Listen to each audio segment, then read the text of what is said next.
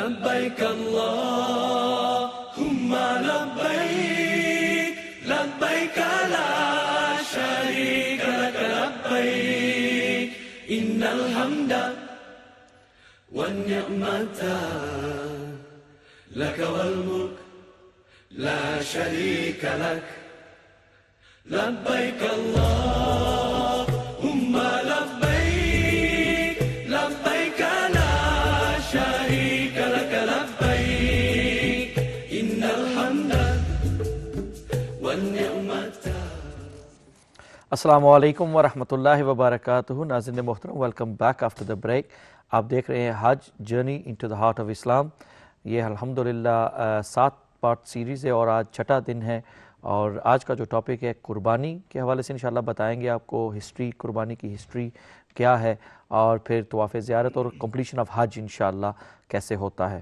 ابھی میں حضرت علامہ حافظ یونس مصباحی صاحب کی طرف چلوں گا اور آج کے ٹاپک کے حوالے سے انشاءاللہ قربانی کے حوالے سے حضرت بتائیں کہ قربانی یہ کیوں کی جاتی ہے اور اس کی ہسٹری کیا ہے، کیا مقصد ہے اس کا.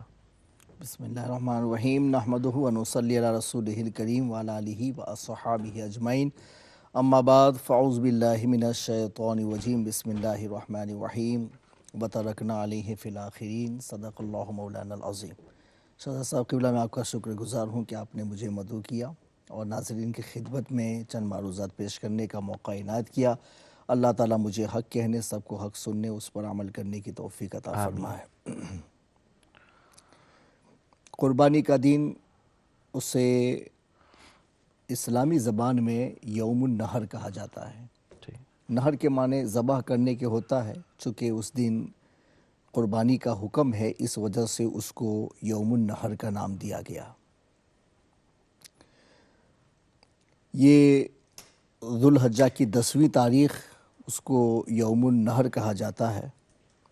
اور قربانی کے ایام یہ 10، 11 اور 12 تک چلتے ہیں. یعنی 10 کی صبح صادق سے لے کر کے، اگر ویلیج ہے تو صبح صادق، اگر شہر ہے تو 10ویں کو جہاں عید کی نماز ہو جائے تو اس کے بعد اس کا وقت ہوتا ہے.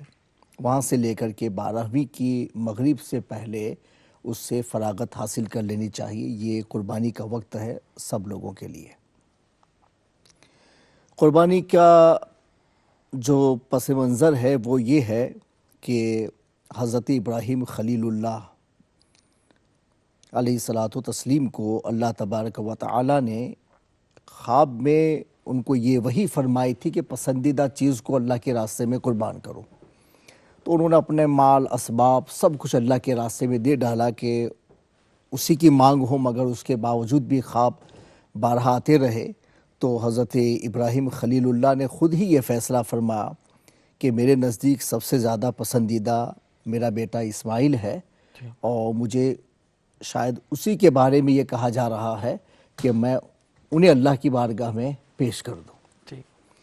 تو حضرت ابراہیم خلیل اللہ نے حضرت اسماعیل ذبیح اللہ کو اپنے ساتھ میں لیا اور اس کے بعد میں یہ فرما کہ انی اذبحک فانظر ماذا تری، قال یا ابت افعل ما تؤمر ستجدنی انشاءاللہ من الصابرین. بیٹے، میں نے خواب میں یہ دیکھا ہے کہ میں تمہیں اللہ کے راستے میں ذبح کر رہا ہوں، تو تمہارا اس سلسلے میں کیا کہنا ہے؟ تو کہا کہ فانظر ماذا تری، آپ حکم پہ اوپر عمل کر لیجئے. تو حضرت ابراہیم خلیل اللہ نے پھر حضرت اسماعیل ذبیح اللہ کو اللہ کے اس حکم پر قربانی کے لیے ان کو پیش کیا. فلما اسلم وتلہ للجبین ونادیناہ ان یا ابراہیم قد صدقت الرؤیا. قرآن پاک میں سورہ صافات کے 3 رکوع میں اس کا ایک پورا تفصیلی واقعہ بیان کیا گیا. لوگوں، ہمارے پاس میں اس تفصیل کا تو وقت نہیں ہے، لیکن تھوڑا سا پس منظر بتا دیتے ہیں. تو ونادیناہ ان یا ابراہیم، تو اللہ تبارک و تعالیٰ کی طرف سے صدا آئی کہ ابراہیم قد صدقت الرؤیا، ہم نے تو ان کو خواب میں بتایا تھا اور تم نے تو خواب کو بھی سچ کر دکھایا. تو حضرت ابراہیم خلیل اللہ نے اللہ کے حکم پر اپنے بیٹے کو بھی قربان کرنے کے لیے آپ تیار ہو گئے اور اللہ کے نبی نے یہ بتا دیا کہ اللہ کے حکم کی حیثیت کیا ہوتی ہے، اور اللہ کا حکم مل جائے تو اس کے بعد میں نہ چنو چرا ہوتی ہے، نہ اس پر کوئی وجہ معلوم کی جاتی ہے۔ یہ بھی تو نہیں پوچھا کہ اللہ میں اپنی پسندیدہ چیز، چلو مال و اسباب ہیں انہیں تو قربان کیا جا سکتا ہے، انسان کا تو بڑا اونچا مقام ہے، تو پھر اسے کیسے ذبح کیا جائے؟ مگر آپ نے ایک ریزن بھی اس کا نہیں پوچھا، ایک سبب بھی معلوم نہیں کیا کہ پروردگار بیٹے کو کیوں ذبح کیا جائے، بس آپ نے کہا اللہ کا حکم ہے اور اللہ کا حکم ہے تو یہ کام کرنا ہے۔ اور حضرت اسماعیل ذبیح اللہ نے بھی بتا دیا کہ اللہ کا اگر حکم ہے تو وہاں بیٹے سے مشورہ لینا اور یہ پوچھنا کہ میں ذبح کروں یا نہ کروں، بس اللہ کا جو حکم ہے ابا جان اس پر آپ عمل کر لیجئے، میں بھی اسی پر ہوں کہ رب کا حکم ہے تو پھر وہ عمل کرنا ہی ہے۔ اللہ کے نبیوں نے اللہ کے حکم کی حیثیت کو بتایا، اور آج ہم لوگ ہیں پہ نماز تو کہ وقت نہیں ہے، فلاں عمل تو کہ ہم کیسے کریں گے، یہ تو کہ ہم سے نہیں ہو پائے گا۔ اللہ کا حکم ہے اور ہم لوگ اپنے بہانے بناتے ہیں، اور اللہ کا نبی ہے کہ ان کے سامنے اتنا بڑا حکم آیا کہ بیٹے کو ذبح کر دو تو ذبح کرنے کے لیے تیار ہو گئے، ایک سبب بھی معلوم نہیں کیا، اور بیٹے نے بھی ذبح ہونے کے لیے فلما اسلما وتلہ للجبین، قرآن نے اس کو یوں بیان کیا کہ دونوں نے اللہ کے حکم پر سر خم کر دیا، تسلیم کر لیا کہ اللہ کا حکم ہے، عمل کرنا ہے۔ وَتَلَّهُ لِلْجَبِينِ، اور انہوں نے بیٹے کو پیشانی کے بل لٹایا۔ پیشانی کے بل کیوں؟ تو علماء بیان کرتے ہیں کہ اس لیے کہ حضرت اسماعیل ذبیح اللہ نے کہا کہ ابا جان اگر آپ مجھے سامنے رکھ کر کے ذبح کریں گے تو ہو سکتا ہے میرا چہرہ دیکھ کر کے کہیں ایسا نہ ہو کہ آپ فرط محبت میں کہیں آپ کی چھری رک نہ جائے، اس لیے پھر کہا کہ آپ ایسا کریں یا تو آنکھوں پہ پٹی بھی باندھ لے اور مجھے الٹا سلا دے، تاکہ مجھے آپ پیچھے کے جانب سے ذبح کریں گے تو میرا چہرہ آپ کے سامنے نہیں ہوگا۔ تو اللہ کے حکم پر عمل کرنے میں کسی بھی طرح کی تھوڑی بھی یعنی لغزش نہ ہو یا آگے پیچھے نہ ہو یا فرط محبت میں آپ سے کوئی ایسی رکاوٹ نہ آ جائے کہ یہ اس حکم پر عمل نہ ہو سکے۔ تو فرماتے ہیں کہ آنکھوں پہ پٹی بھی باندھی اور اس کے بعد میں حضرت اسماعیل ذبیح اللہ کو الٹا لیٹایا اور پیچھے کی جانب سے ذبح کرنا چاہا، اور آپ نے تو چھری پھیر ہی دی تھی، مگر اللہ کی جانب سے ایک امتحان تھا، اس لیے حضرت اسماعیل علیہ السلام کو حضرت جبرائیل امین آئے اور انہوں نے آ کر کے دمبا وہاں رکھ دیا اور حضرت اسماعیل کو ہٹا دیا، اور پھر حضرت ابراہیم خلیل اللہ نے جب ذبح کیا نا تو وہ جانور ذبح ہوا۔ جب آنکھوں سے پٹی کھولی تو حضرت اسماعیل علیہ السلام تو حضرت جبریل کے ساتھ میں کھڑے تھے اور آپ نے اس دمبے کو ذبح کیا تھا۔ آپ سمجھ رہے تھے کہ میری قربانی اللہ کی بارگاہ میں مقبول ہو گئی، لیکن جب آنکھ کھولی تو یہ امتحان تھا، اور حضرت اسماعیل ذبیح اللہ کو اللہ تبارک و تعالیٰ نے یوں ہی جو امتحان تھا، دونوں نے حکم کے اوپر سر تسلیم خم کر دیا، تو اللہ تبارک و تعالیٰ نے ان کو یہ تمغہ عنایت فرما کہ اللہ نے فرما وَتَرَكْنَا عَلَيْهِ فِي الْآخِرِينَ کہ ابراہیم اور اسماعیل تم نے میرے حکم پر اپنا سر خم کیا ہے اور بلا چونو چرا کے اس عظیم حکم پر عمل کرنے کے لیے تم تیار ہو گئے، تو میں تمہاری اس یادگار کو تا قیامت باقی رکھوں گا تاکہ اس یادگار کو کوئی مٹا ہی نہ سکے، اور دنیا والے اس بات کو تسلیم کر لے کہ حضرت ابراہیم واقعتاً اللہ کی بارگاہ کے خلیل ہیں کہ انہوں نے حکم میں کسی بھی طرح سے کوئی چونو چرا نہیں کیا ہے۔ تو جب ہمارے آقا و مولا صلی اللہ علیہ وسلم نے قربانیوں کا حکم عطا فرمایا تو اس میں بھی ذکر یہی ہے کہ حضور پاک علیہ الصلوۃ والتسلیم سے پوچھا گیا کہ اللہ کے رسول صلی اللہ علیہ وسلم یہ قربانی کا مقصد کیا ہے، تو آپ نے یہی فرمایا کہ سنت و ابیکم ابراہیم، یہ تمہارے باپ ابراہیم کی سنت میں شامل ہے۔ اس میں ثواب کیا ہے؟ تو کہا کہ جانور کے ہر بال کے اوپر تمہیں ثواب دیا جائے گا۔ پوچھا کہ جو دمبا ہو تو اس کے اوپر تو بال نہیں ہوتے ہیں نا، بھول ہوتا ہے، تو کہا کہ اس کے بھی ہر بال کے بدلے میں تمہیں ثواب دیا جائے گا، اس کے جو ریشے ہوتے ہیں نا ذرا اس کے برابر تمہیں ثواب دیا جائے گا۔ یہ ایک قربانی کا پس منظر تھا۔ حضرت میں یہاں پر اپنے ناظرین کو یہ بتاتا چلوں کہ آپ کے لیے فون لائنز اوپن ہو چکی ہے 01254277370، آپ انشاءاللہ سوالات جو ہے وہ کر سکتے ہیں، اور میرے مہمان انشاءاللہ ضرور آپ کے سوالوں کے جوابات قرآن و حدیث کی روشنی میں انشاءاللہ دیں گے، تو آپ ابھی سے آپ کال کرنا شروع کر دیں۔ جی علامہ صاحب۔ جی، تو پھر یہ قربانی کا حکم جو ہے وہ مالک نصاب کے لیے جو غیر یعنی مسافر ہے، مقیم ہوں، ان کے لیے تو ایک واجبی حکم ہوا کہ وہ بالغ ہے، مسلم ہے اور وہ مقیم ہے تو اسے قربانی کرنی ہے، یوم النہر میں کرے، چاہے 11 اور 12 کو، لیکن 12 کی مغرب سے پہلے یہ قربانی ہو جانی چاہیے، سن سیٹ سے پہلے ہو جانی چاہیے. یہ واجب ہے سب کے لیے پوری دنیا میں. جو حج کے لیے جاتے ہیں تو اکثر حاجی جو باہر سے جاتے ہیں وہ مسافر ہوتے ہیں جی. اور مسافر کے لیے قربانی نہیں، چونکہ اس میں مقیم کا حکم ہے. جو قربانی ہم پر واجب ہوتی ہے اپنے گھروں پر رہتے ہوئے، تو اس میں مقیم کا کنڈیشن ہے، اس لیے مسافر ہو تو نہیں ہے. اور حج کے لیے جانے والے جو حجاج ہوتے ہیں وہ عام طور پہ مسافر ہی ہوتے ہیں. کسی کے 15 ڈیز کسی جگہ پر نہیں ہوتے، ادلا بدلی ہوتے رہتے ہیں، اس لیے 15 ڈیز کہیں بھی نہیں ہوتے ان کے، اور وہ مسافر ہی رہتے ہیں. اس وجہ سے یہ قربانی جو ہمیں گھر پہ رہتے ہوئے ہم پر واجب ہوتی ہے وہ حاجیوں کے اوپر نہیں ہوتی. ٹھیک ہے. ان کے لیے صرف حج والی قربانی ہے. اور حج والی قربانی وہ حج قران کرنے والوں کے لیے ہے. قران کا مطلب حج اور عمرہ دونوں کا احرام ایک ساتھ میں ہو اور پھر دونوں کیے جائے تو وہ قارن ہے، تو قارن کے لیے قربانی ہوتی ہے. اور جو حج تمتع کرتے ہیں، پہلے عمرہ کے لیے جاتے ہیں، پھر وہاں رہتے ہیں اور پھر حج کے ایام میں حج کا احرام باندھ کے پھر حج مکمل کرتے ہیں، تو پھر ان کے لیے جو قربانی ہوتی ہے ان دونوں کے لیے واجب ہے. ٹھیک ہے. کہ قربانی کرنی ہے. ہاں اگر ان کے پاس میں پیسے نہیں ہیں کہ وہ قربانی کر سکے تو پھر ایسی صورت میں ان کو یہ حکم دیا گیا کہ پیسے نہ ہو تو پہلے سے پتہ چلتا ہی ہے، تو ان کو حج کے ایام میں پہلے 3 روزے رکھ لینے چاہیے اور باقی کے 7 روزے یا تو وہ بعد میں رکھیں حج سے فارغ ہونے کے بعد، یا اپنے گھروں پر آنے کے بعد میں اس روزے کو رکھ لیں. لیکن اس زمانے میں غالباً یہ مسئلہ نہیں ہو سکتا ہے، چونکہ اب تو ہمارے پاس میں کارڈ بھی رہتا ہے. اگر پیسے ختم ہو جائے نا تو کسی بھی بینک سے، جو ہمارے پوری دنیا میں انٹرنیشنل بینک ہوتے ہیں، ان سے کارڈ کے ذریعے بھی پیسے مل جاتے ہیں. اس وجہ سے وہ پیسے نہیں ہے تو اپنا نکال لے. لیکن اب وہ روزے والا مسئلہ نہیں ہوتا ہے. لیکن قران اور متمتع ان دونوں کے لیے حج کے فارغ ہونے کے بعد میں قربانی کرنا واجب ہے. ٹھیک ہے. حضرت محمد ہاشم ہیں برٹن سے. جی السلام علیکم. وعلیکم السلام ورحمۃ اللہ. جی بھائی کیا سوال ہے آپ کا؟ امہ چینل کے پورے پیرل کو میری طرف سے سلام. وعلیکم السلام ورحمۃ اللہ. کثیر تعداد میں لوگ دیکھتے ہیں اور مستفید ہوتے ہیں، آپ کے لیے دعا گو ہے. بہت شکریہ. حضرت علامہ مصباح صاحب سے میرا سوال یہ ہے جی جی. کہ میدان عرفات سے واپسی کے بعد جب رات میدان عرفات سے واپسی کے بعد جی جب رات مزدلفہ میں گزاری جاتی ہے جی اور یعنی جمع صلاتین عشاء کے وقت میں پہلے مغرب کی نماز ادا کی جاتی ہے، پھر جو ہے عشاء کی نماز ادا کی جاتی ہے، تو یہ پوچھنا ہے کہ یہ نماز قصر کر کے پڑھنی ہے یا اس کی مطلب کیا تفصیل کیا ہوگی، کیسے پڑھنی ہے؟ ٹھیک ہے انشاءاللہ بتاتے ہیں آپ. ساتھ ہی دوسرا چھوٹا سا سوال ہے کہ جو تلبی ہے، یہ تلبی حاجی ترانہ سمجھ لیں، یہ بند کب کرنا ہو؟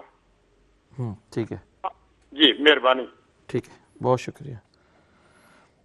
جی حضرت آپ اپنی بات مکمل کر لیں. تو قربانی ان کے لیے یعنی قارن اور متمتع ان دونوں کے لیے جنہوں نے حج افراد کیا ہو جی جی تو ان کے لیے قربانی نہیں ہے. اگر وہ کرنا چاہے تو ان کے لیے صرف ایک مستحب درجہ اس کا ہے، لیکن وہ شیطان کو کنکر مارنے کے بعد میں اپنے بال کٹوا سکتے ہیں. جن کے اوپر قربانی ہے وہ ڈائریکٹ بال نہیں کٹوا سکتے، چونکہ ہمارے نزدیک احناف میں یہ واجب ہے کہ ترتیب کا خیال رکھا جائے کہ بھائی پہلے شیطان کو کنکری ماری جائے، اس کے بعد میں قربانی ہو، اور قربانی کے بعد میں بال کو منڈوایا جائے یا تراشوایا جائے. تو یہ حکم بات کرنی، یہ ترتیب ہمارے نزدیک واجب ہے، اس ترتیب کو بریک نہیں کیا جا سکتا ہے. تو جو حج افراد کے لیے جاتے ہیں ان کے لیے قربانی نہیں ہے تو کنکری مارنے کے ڈائریکٹ وہ اس کے بعد بال کو مڑوا سکتے ہیں. یہ مسئلہ ان لوگوں کے لیے ہو گیا. اب قربانی کا جو حکم ہے وہ لوگ جلد بازی کرتے ہیں اور پھر نہیں ہو پاتی. اگر کسی کی قربانی نہیں ہوئی ہے تو وہ شک کی صورت میں اپنے بال نہ کٹوائیں.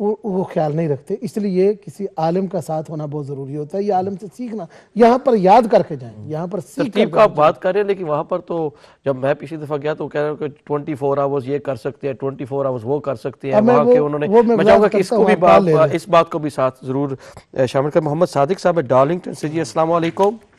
جی وعلیکم السلام. شاہ صاحب کیسے ہو جناب؟ اللہ کا کرم ہے, آپ سنائیں ٹھیک ہے؟ مصباح اسلام کو سلام پیش کرتا ہوں, شاہ صاحب کو سلام پیش کرتا ہوں. وعلیکم السلام ورحمۃ اللہ. جی شہزاد صاحب, میجورٹی جو ہمارے یہاں سے جاتے ہیں, انگلینڈ سے جاتے ہیں, یو کے سے جاتے ہیں, ان کی جو قربانی انکلوڈ ہوتی ہے پیکیج کے اندر, میجورٹی.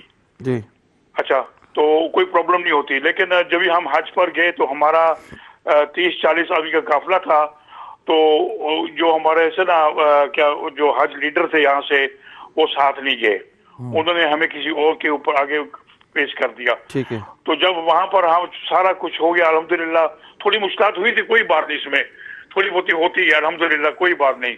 وہ ایک ٹیسٹنگ ٹائم ہوتا ہے جناب. جی جی. تو ہم اس قابل تو نہیں امتحان دے, لیکن کیا کریں. اچھا, تو بھی ہم مینا کے بعد جب رات کو کیا کریے مار کے ہم آئے, واپس آئے ہیں, تو ہمیں قربانی کا جو بتایا گیا قربانی ہو گئی ہے.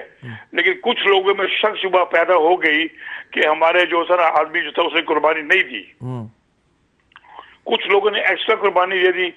ابھی ہم نے ان کو, ہم دینے والے تھے ہم 10-12 آدمی, تو ہمیں کہا کہ آپ کی قربانی ہوگی, آپ کا نام لسٹ میں تھا.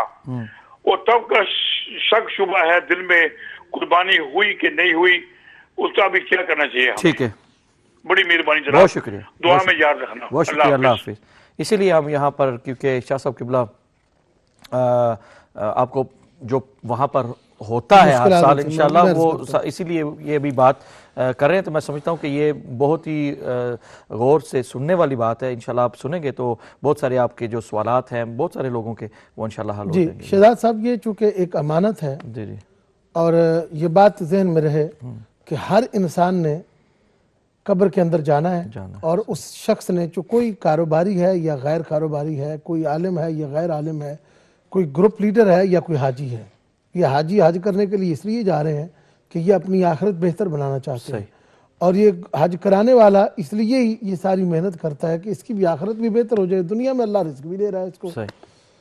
اب بات یہ ہے کہ وہاں پر جو پریشانی اور تکلیف ہوتی ہے, پہلا سوال تو آپ کا یہ ہے کہ بھئی کیا لوگ جانا چاہیں ساتھ. تو جی جی شہزاد صاحب, وہاں پر اس وقت حالت یہ ہوتی ہے کہ قربان گاہ تک جانے کے لیے آپ کو نہ تو کوئی گاڑی ملتی ہے, اور نہ ہی اس وقت آپ چل چل کے, آپ کی حالت یہ ہوتی ہے کہ اگر آپ ذمہ دار ہیں, میں نے پچھلی بار میں آپ کو بتاؤں کہ 1000 ریال صرف میں موٹر بائک والے کو دے کر قربان گاہ تک گیا تھا, جبکہ وہ 10 ریال کی وہ مشوار, اس کو عربی میں کہتے ہیں, وہ یعنی وہ کرایہ ہے اس کا.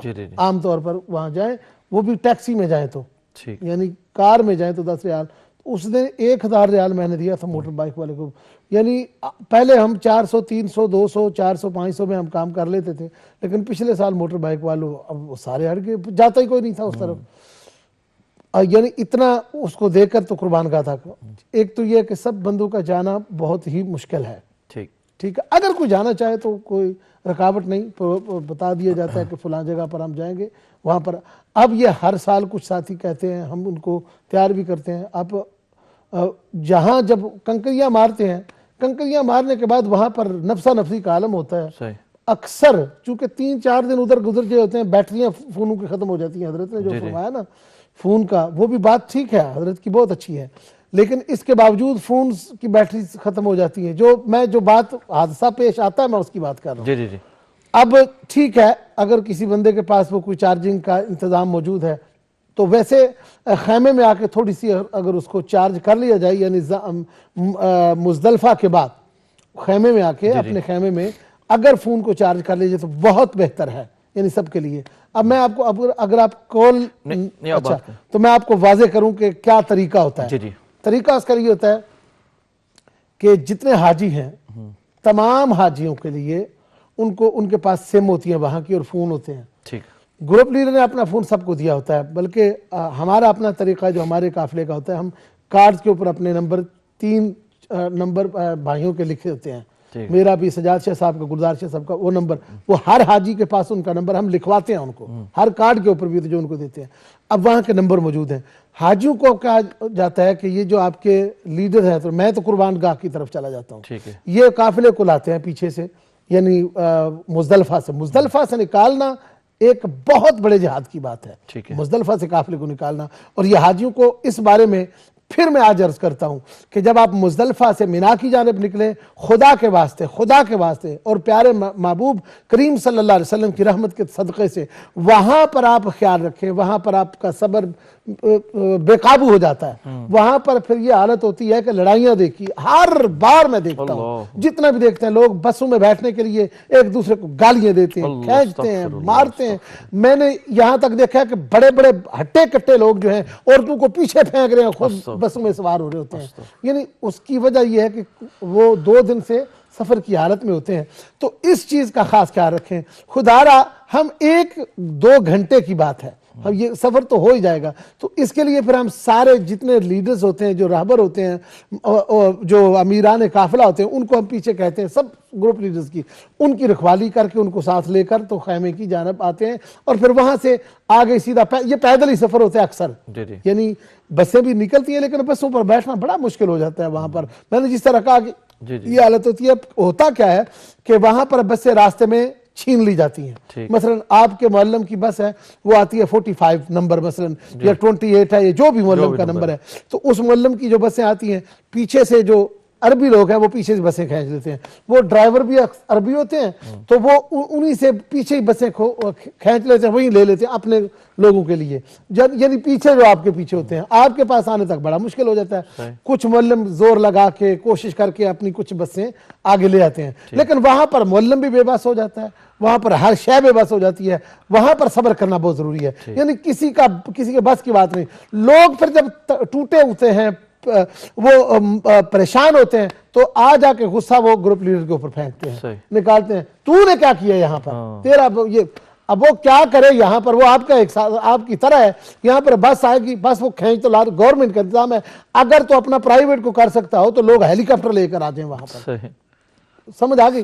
وہاں پر پرائیویٹ انتظام ہو نہیں سکتا، وہاں پر کوئی موٹر بائک نہیں لا سکتا، وہاں پر کوئی سائیکل نہیں لا سکتا، ماں سوا ان کے جو معلم کے اپنے ہوتے ہیں، ان کے پاس بھی سائیکل بھی ہو تو اس کی شاید تصریح ہو، تصریح مطلب وہ لائسنس ہو وہاں پر آنے کا، داخلے کا، تو وہاں سے پھر آگے جا کے، یہ تو ابھی تو مزدلفہ سے ہم نکل رہے ہیں۔ جی حضرت ایک کال لے لوں، ہماری ایک بہن ہے مانچسٹر سے، السلام علیکم۔ وعلیکم السلام ورحمۃ اللہ وبرکاتہ۔ شاہ صاحب کو اور علام صاحب کو میرا سلام، آپ کو بھی سلام۔ میرا سوال یہ ہے کہ جو لوگ پیسے جمع کروا دیتے ہیں آفس میں جب حج پہ جاتے ہیں، تو وہ ان کو کیسے پتہ چلے گا کہ ان کی قربانی ہوگی؟ میں اس کا جواب دیتا ہوں ضرور۔ ابھی اسی بات سنیں، جب جس سال ہم گئے تھے اس وقت گروپ کے ساتھ نہیں تھے انتظام، ہم اکیلے گئے تھے اس وقت، ٹھیک ہے، تو اس کا ہمیں تو کچھ علم نہیں تھا کہ قربانی ہوئی یا نہیں، تو ہم نے تو کینکروں کے بعد میرا خیال میں اس سال میں وال مڈوادی دیے ہوں گے، کہ اس وقت ہم گروپ کے ساتھ نہیں تھے گئے، اس وقت اجازت ملتی تھی، اکیلے جا سکتے تھے۔ جی جی اس کا میں جواب پوچھنا چاہتا ہوں، سمجھ آگے؟ شکریہ، سمجھ آگے، ٹھیک ہے جی، بہت شکریہ بہن۔ یہ بھی بات اندر رکھتے ہیں، چونکہ قربانی کی جانب اب میں آؤں، یہ پیچھے کے مشکل کے بعد، اب جب ہم چلے گئے رمی کرنے کے لیے، بڑے شیطان کو پہلے دن رمی کرنی ہے، اور اس کے بعد پھر یہ ترتیب یہی ہے، یعنی آپ مزدلفہ کے بعد، یعنی جب وقوف مزدلفہ ہو جائے گا تو اس کے بعد آپ نے رمی کرنی ہے۔ اچھا، رمی کرنے کے بعد پھر اب آپ کی قربانی ہے، ٹھیک ہے۔ اب قربانی کے لیے دیکھیں، اب میں ایک چلتے یہ بات عرض کر دوں کہ وہاں پر جانا پہنچنا، میں سال ہر سال سے تجربہ میں کہہ رہا ہوں کہ لوگ پہنچ نہیں پاتے، راستے میں ٹوٹ جاتے ہیں، کوئی رہ جاتا ہے پہنچنے کے لیے، تو اب ایسا کریں کہ خدا اور اس کے رسول کو گواہ بنا کے، جس بندے کو آپ نے ہر چیز کا اپنا امین بنایا ہے، جس بندے کو امین بنایا وہ آپ کے لیے سارا کام کر رہا ہے، تو خدا اور اس کے رسول کو گواہ بنا کے اس کو اس میں امین رکھیں، اور وہ امین ہی ہے، وہ آپ کے لیے کام کر رہا ہے، وہ جا رہا ہے۔ اگر آپ اس پر یقین رکھیں، میں گروپ لیڈرز اور جو سالاران قافلہ ہیں ان کی خدمت میں یہ ضرور عرض کروں گا کہ وہ بھی اپنی محنت، اپنی جان پر کھیل کر یعنی یہ نہ ہو کہ وہ تھک جائیں ٹوٹ جائیں اور سستی کریں اور سستی کی کرتے ہوئے لوگوں کے پہلے احرام کھلوا دیں. نا ایسا قطعاً نہیں ہونا چاہیے. اب پہلے رمی اور رمی کے بعد قربانی اور قربانی کے بعد آپ نے بال کٹوانے ہیں, ٹھیک, چونکہ یہ ترتیب واجب ہے حناف کے نزدیک. اب کیا ہوگا کہ جب قربان گاہ کی طرف جائیں گے تو لوگ کیا کریں گے, یہ سوال ہے. لوگ کیسے ان کو پتہ چلے گا؟ سب کے نمبر ہوتے ہیں. میں ان کو یہ کہتا ہوں کہ آپ جو اپنی رمی کر چکے, چونکہ ویسے تو قافلہ کے ساتھ ہی ہوتے ہیں, اکٹھا قافلہ ہوتا ہے, لیکن یقیناً وہاں سے ٹوٹ پھوٹ کی شکار ہو جاتا ہے قافلہ. یہ پکی بات ہے, یہ میں بتا رہا ہوں سب لوگوں کو کہ مزدلفہ کے بعد رمی کے لیے جب جاتے ہیں تو آدھے سے زیادہ لوگ بکھر جاتے ہیں. ٹھیک, وہ کسی کا قصور نہیں, ویسے ہی بکھر جاتے ہیں. حالت یہ ہوتی ہے لوگ جس طرح نفسا نفسی کا عالم ہے ایک دوسرے سے پوچھ کے پہنچ جاتے ہیں.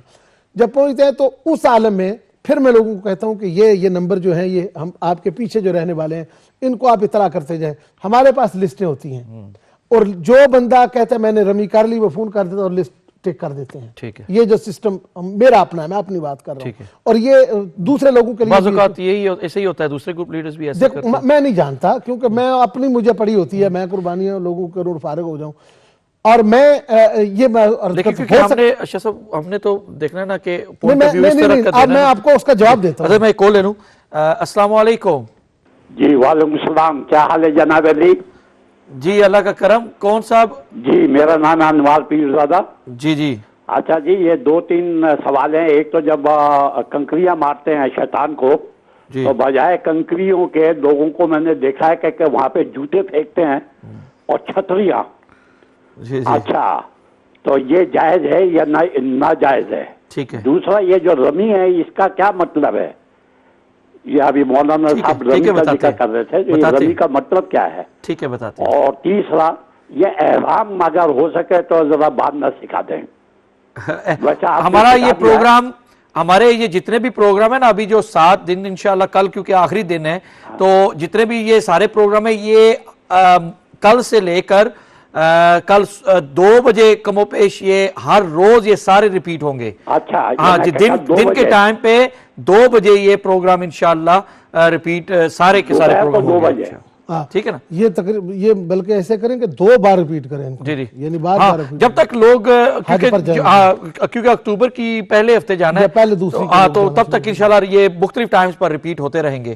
اور یہ حضرت تلبیہ کا بھی کسی کو کبھی پتہ نہیں ہوتا کہ بھئی تلبیہ کا کیا مطلب ہے, رمی کا بھی نہیں پتہ ہوتا, تو یہ بھی میں چاہوں گا کہ رمی کا مطلب حضرت نے بتا دیا تھا تلبیہ کا, تو رمی کا آپ بتا دیں. میں وہ بھی بتا دیتا ہوں. جی جی. اچھا, اب یہ جو بات میں عرض کر رہا ہوں اس بات کو کسی کنارے پر لگا لیں. جی, یہ جو آپ نے کہا نا کہ دوسرے گروپ لیڈرز کے وہ کیا کرتے ہیں, یقیناً وہ بھی ایسا ہی کرنا چاہیے ان کو, اور ایسا ہی کرتے ہوں گے. میں صرف اس لیے یہ بات عرض کر رہا ہوں کہ اگر نہیں بھی تو یہ ایک طریقہ بتا رہا ہوں, ایسے کر سکتے ہیں. ٹھیک ہے, کہ یہ ایک طریقہ ہے کہ سارے حاجیوں کی لسٹیں ہمارے پاس ہوتی ہیں, ہم نے نمبر اپنے دوسرے لوگوں کو چھوڑے ہوتے ہیں, وہ ان کو رابطہ کر کے بتا دیتے ہیں. کوئی مجھے بھی بتا دیتے ہیں, مجھے بھی فون کر سکتے ہیں, لیکن میرے پاس وہ رش بہت ہے اور وہاں پر پھر وہ جو ہوتی ہے نا سروس بھی بہت کم ہو جاتی ہے. تو وہ پھر ہم کہتے ہیں کہ ان کے ساتھ رابطہ کر کے وہ پھر ہمیں بتا دیتے ہیں کہ یہ اتنے لوگ جو ہیں یہ فلاں فلاں فارغ ہو گئے ہیں. الحمدللہ جب پوری لسٹ مکمل ہو جاتی ہے وہ بہت جلدی لوگ رمی کر لیتے ہیں صبح, تو اس کے بعد ہم پھر قربانیاں کرتے ہیں, اور یہی کرنا چاہیے. ایک بہن نے یہ کہا کہ وہ جو قربانی جمع کر دیتے ہیں وہاں پر, وہ سب کو 10 بجے کا ٹائم دے دیتے ہیں, 10-11 کا صبح کا یہ ٹائم. اب لاکھوں لوگوں کا 10 بجے کیسے وہ قربانی کرتے ہیں؟ صحیح, میں نے وہاں پر تحقیق کی ہے کہ یہ بالکل غلط ہے. 10 بجے قربانی نہیں کر سکتے وہ, یعنی وہ کس طرح وہ کریں گے اس طرح. اس لیے لوگوں کے لیے یہ ضروری ہے کہ جمع کرنے کی بجائے وہ خود چلے جائیں یا کسی کی ڈیوٹی لگائیں, یا کسی کو وہ امین سمجھے, کسی کو امانت دار سمجھے تو اس کے حوالے کریں کہ وہ قربانی کرے, اگر وہ خود نہیں جا سکتے. تو اس لیے خود جانا تو بہت ہی مشکل ہے, تو وہ جو لوگ جاتے ہیں ان کے لیے ان کی ڈیوٹی لگاتے ہیں. رہا مسئلہ جو رمی کا ہے, تو رمی کی وہ ساری بات حضرت نے پہلے بتا دی ہے کہ مارنا, یعنی وہ کنکری جو سنت ہے حضرت ابراہیم علیہ السلام کی, وہی اللہ جل شانہ اصل میں پورے کا پورا حج, یعنی چادریں لپیٹنے سے لے کر طواف کرنے تک, صحیح کرنے تک. صحیح جو ہے حضرت حاجرہ کی سنت ہے, زمزم حضرت ابراہیم حضرت اسماعیل کے قدموں کی خیرات ہے. ٹھیک ہے, اور اسی طریقے سے رمی کرنا اللہ جل شانہ و تم احسانہ کے دشمن سے نفرت کی علامت ہے، یعنی شیطان سے نفرت کی علامت ہے، اور اللہ کے بندے سے محبت کی علامت ہے حضرت ابراہیم علیہ السلام کی. تو اس لیے اس کو مارنے کو کہتے ہیں، پتھر مارنے کو کہتے ہیں. لہذا یہ ہمارے بھائی صاحب نے جو بات کہی تو وہی طریقہ ہے کہ پہلے دن ہم رمی جو کرتے ہیں یعنی پتھر مارتے ہیں. وما رمیتا، اس کی جو اصل ہے قرآن کریم سے یہ ثابت ہے، وما رمیتا اذ رمیتا ولکن اللہ رما. یہ اللہ جو اے حبیب صلی اللہ علیہ وسلم مارنے کو کہتے ہیں نا، کنکریاں مارنے کو رمی. تو اے حبیب صلی اللہ علیہ وسلم جب آپ نے ماری آپ نے نہ ماری، جب آپ نے ماری جب آپ نے ماری. یہ کیا انداز اللہ، جب آپ نے ماری سونے آپ نے نہ ماری. مالک پھر کس نے ماری؟ ولکن اللہ رما، فرمایا ہاتھ تیرے تھے مار میں. ان الذین یبایعونک انما یبایعون اللہ ید اللہ فوق ایدیہم. ٹھیک ہے، تو اس لیے یہ تو ہر تھوڑی سی بات تھی جو انہوں نے سوال کیا. تو تلبیہ ویسے ہی آپ نے سنا، لبیک اللہم لبیک لبیک لا شریک لک لبیک. اور اس تلبیہ کا دوسرا مطلب یہ ہے کہ حاضری کا اعلان بار بار کرنا اور اللہ جل شانہ و تم احسانہ کی بڑائی کا ذکر کرتے رہنا. تو لبیک اسی کو تلبیہ کو لبیک کہتے ہیں. ماشاءاللہ بہت خوب شاہ صاحب، کیونکہ بہت ساری معلومات الحمدللہ مل رہی ہے. بریک کی طرف جانا ہے اور بریک کے فوراً بعد انشاءاللہ تھوڑی بہت مزید گفتگو قربانی کے حوالے سے ہوگی، اور حافظ ناصر محمود صاحب بھی موجود ہیں انشاءاللہ. سب سے پہلے تو بریک کے فوراً بعد نعت شریف ہوگی، اور اس کے بعد قربانی کے حوالے سے ایک دو سوالات ہیں انشاءاللہ وہ میں پیش کروں گا، اور پھر ہم طواف زیارت کے حوالے سے انشاءاللہ گفتگو ہوگی. ایک کال شامل کر لیتے ہیں ابھی. محمود شاہ صاحب ہیں سوئٹزرلینڈ سے. جی السلام علیکم. وعلیکم السلام ورحمۃ اللہ وبرکاتہ. شہزاد صاحب آپ کی خدمت میں، شاہ صاحب کی خدمت میں، اور مس بھائی صاحب کی خدمت میں سلام عرض. وعلیکم السلام. ماشاءاللہ ماشاءاللہ بہت اچھا پروگرام ہے. شاہ صاحب میرے دو سوال ہیں. ایک تو یہ پتہ کرنا تھا کہ جب قربانی کے بعد الگ کرنا ہے، کیا ہم ایک دوسرے کا خود بال کاٹ سکتے ہیں یا کہ کسی دوسرے سے کٹوانے چاہیے؟ پہلا سوال. دوسرا سوال یہ ہے کہ رمی کرنے کے بعد جب آتے ہیں تو قربانی مطلب ہے کس وقت تک آدمی کر سکتا ہے؟ اگر لیٹ ہوتا ہے اور اس کے بعد یعنی کہ اس کا ٹائم کیا ہے؟ اور بال کٹانے کا یعنی کہ وہ تو جب آپ قربانی دے لیں گے تو پھر ہی بال کاٹے جاتے ہیں. کہنے کا مقصد ہے کہ رمی کے بعد آ کر کتنی دیر بعد قربانی کرنی چاہیے؟ ٹھیک ہے. اگر لیٹ ہو جاتا ہے آدمی، اگر لیٹ ہو جاتا ہے تو کیا مطلب ہے ظہر بعد یا اثر یا اس طرح جو ہے؟ ٹھیک ہے، انشاءاللہ تفصیلاً بات ہوئی ہے، لیکن اس پر مزید کچھ مجھے یہ سمجھ آ رہی ہے آپ لوگوں کی کالز کی طرف سے، کیونکہ ابھی مجھے بتایا جا رہا ہے کہ دوسرے نمبر پر بھی کالز آ رہی ہیں قربانی کے حوالے سے، اور یہ جتنی بھی آہستہ اور سمپل کر کے بتایا جا رہا ہے پھر بھی شاید اس پر مزید بات کرنے کی ضرورت ہے. تو شاہ صاحب بھی اور حضرت علامہ حافظ یونس مصباحی صاحب بھی بات ضرور کریں گے. اور یہ جو شک شبے والی بات ہے یہ زیادہ سوال اس پر آ رہے ہیں، تو انشاءاللہ میں علامہ صاحب کی گزارش کروں گا وہ بتائیں گے کہ یہ جیسے میں نے کہا نا کہ حج ایک بذات خود ایک درس ہے، اور یہ شک شبہ یہاں اس اپنی نارمل دنیا کے اندر جب ہم کرتے ہیں نا تو یہ بھی دور کرنے والا ایک ہمیں بتایا جا رہا ہے کہ اس جب آپ کسی پر یقین کرتے ہیں تو پھر شک والی بات جو ہے وہ ختم ہو جانی چاہیے. تو انشاءاللہ مزید بات ہوگی بریک کے بعد. والسلام علیکم ورحمۃ اللہ. لبیک اللہم لبیک لبیک لا شریک لک لبیک ان الحمد والنعمت لک والملک لا شریک لک لبیک اللہ